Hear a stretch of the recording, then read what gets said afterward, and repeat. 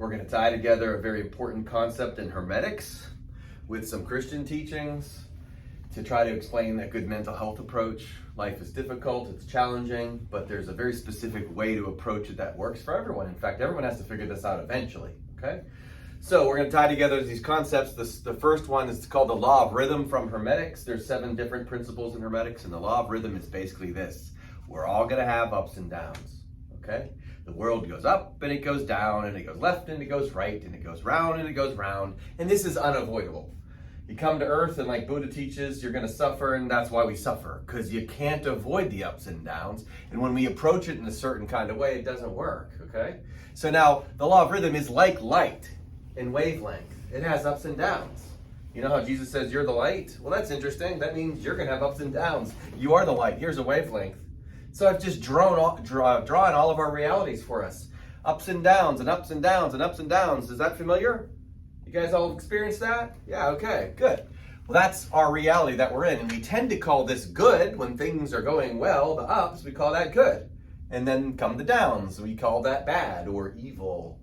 Well, what's it say in Genesis 2:17? Don't eat off that tree. Don't eat off the tree of knowledge of good and evil. Now, critics like to say, yeah, don't eat off the tree of knowledge. We should be stupid. That's not what it's saying. That verse says, stop calling things good and bad. The world is ups and downs. You can't avoid it. It's going to go up and down. Your life will have what we call good and bad. Don't eat off that tree. It's not good and bad. That's not what's happening. I like to call it good surfing. See, those look like waves, right?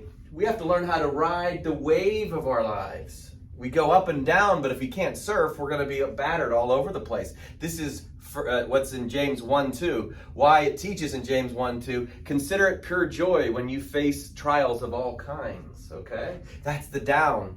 We actually have to somehow think of it as good. That's the tree of life, by the way, when you recognize that this is all good, that you're being taught something, really how to be a good surfer. James 1:8 says, if you don't do it, you're a double-minded man.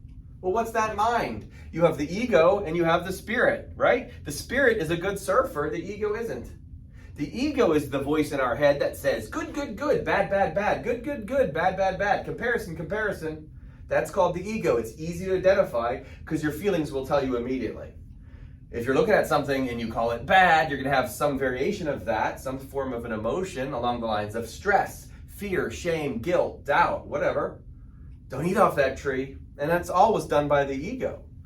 Now, the ego also says, good, good, good. This is great. Success. I'm awesome. You're awesome. We're winners. You know, that's what the ego says. And the ego evaluates.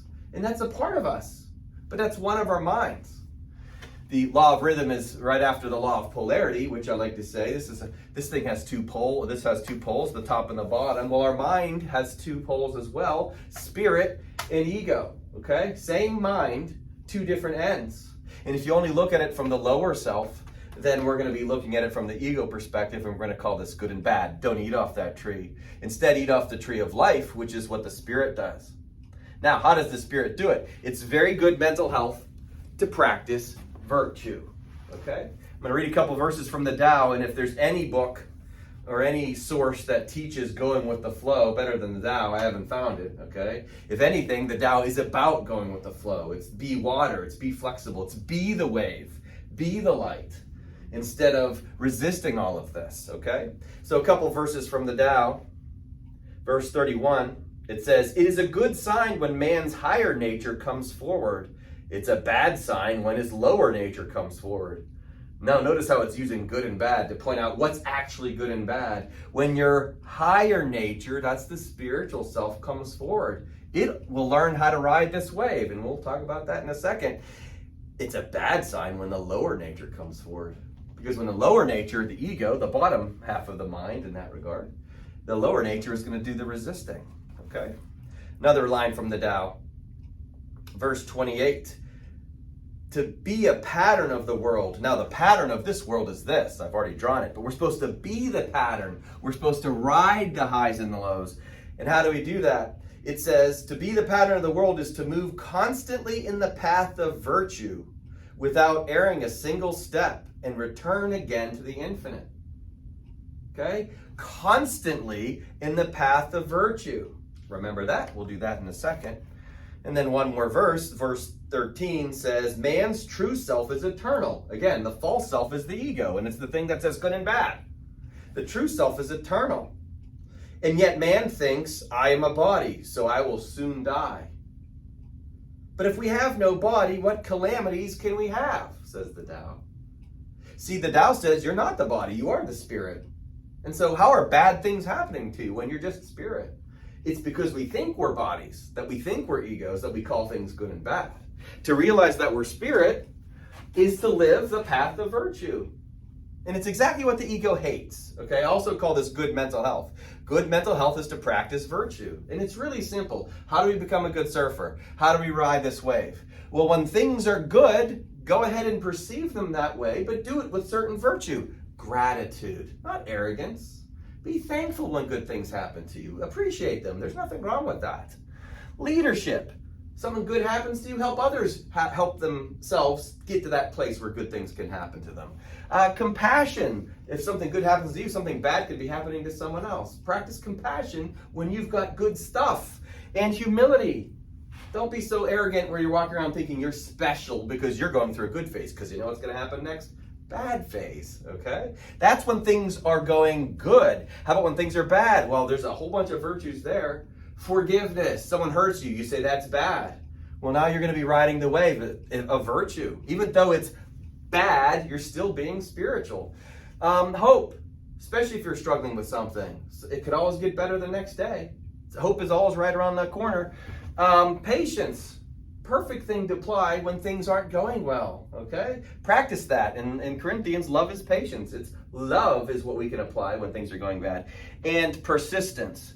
Recognizing that if you hang in there, because this is a guarantee and you're in this phase, this thing is going to show up pretty soon. So these are virtues for the bad and for the good. And for both of them, whether it's bad or good, you can always apply wisdom and perspective. Okay? Wisdom is recognizing everyone in earth is going through this. Okay? All of us have to learn this pattern. And we look at others and we think, oh, things are good for them or things are bad for them, you know? And then we do the comparison act again. Well, they're going to have to learn, whether it's here or here, they have to learn the same thing that we're talking about. It's the path of virtue, like the Tao says, okay? And this is how you find the spirit that you are.